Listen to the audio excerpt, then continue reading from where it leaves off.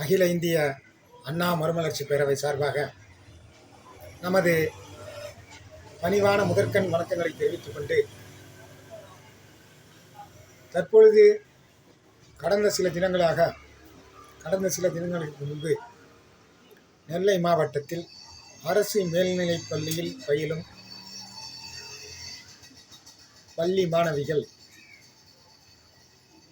மது அருந்துவது போன்றதொரு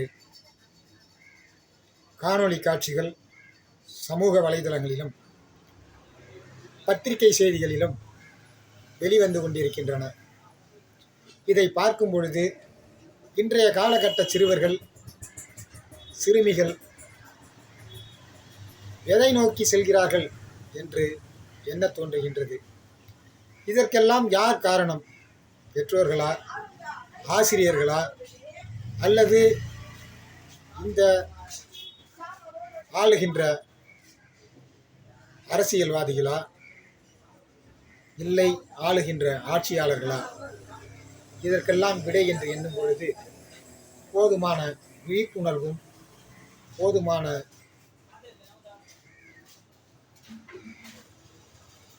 இளைஞர்களிடம் அதற்கு உரிய கவுன்சிலிங் முறையும் இல்லாததே இதற்கு காரணம் என்று எண்ண தோன்றுகின்றது.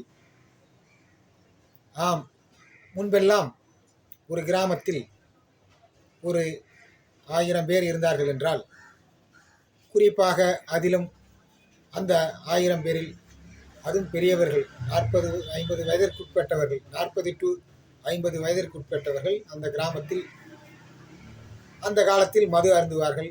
அவர்களை அந்த கிராம மக்களே ஒரு மது அருந்துபவர்களை கண்டாலே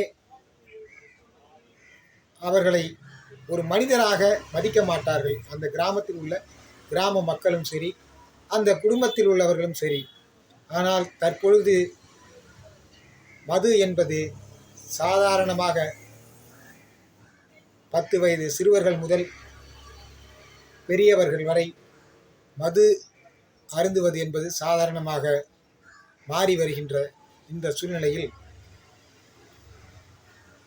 பள்ளி கல்வித்துறை சார்பில் பள்ளிகளில் மாணவர்களிடமும் மாணவிகளிடமும் உரிய முறையில் விழிப்புணர்வும் கவுன்சிலிங் முறையும் போதுமான அளவில்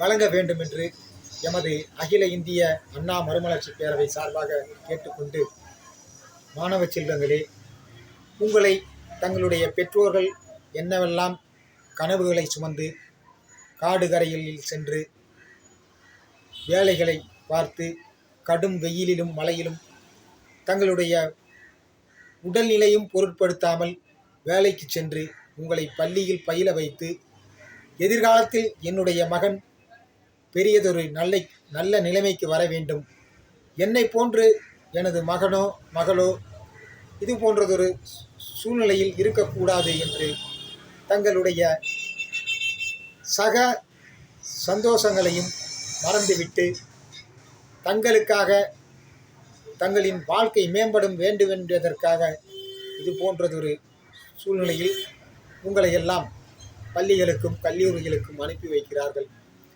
அதே போன்றதொரு ஆசிரியர்களும் உங்களை எல்லாம் ஒரு நல்ல ஒரு மாணவனாக, எதிர்காலத்தில் தன்னுடன் படித்த மாணவன் இன்று ஒரு மாவட்ட ஆட்சியராகவோ அல்லது மாவட்ட காவல்துறை கண்காணிப்பாளராகவோ அல்லது காவல்துறை ஆய்வாளராகவோ அல்லது காவல்துறை உதவி ஆய்வாளராகவோ, இதுபோல் இந்த இடத்தில் என்னுடைய மாணவன், என்னிடம் பயின்ற மாணவி இது போன்றதொரு நல்ல நிலைமையில் இருக்கிறார் என்று மற்றவர்களிடம் தெரிவிக்கும் போது எண்ணற்ற மகிழ்ச்சி அடைவார்கள் என்பதை நாம் எண்ணி பார்க்க வேண்டும் மாணவ செல்வங்களே.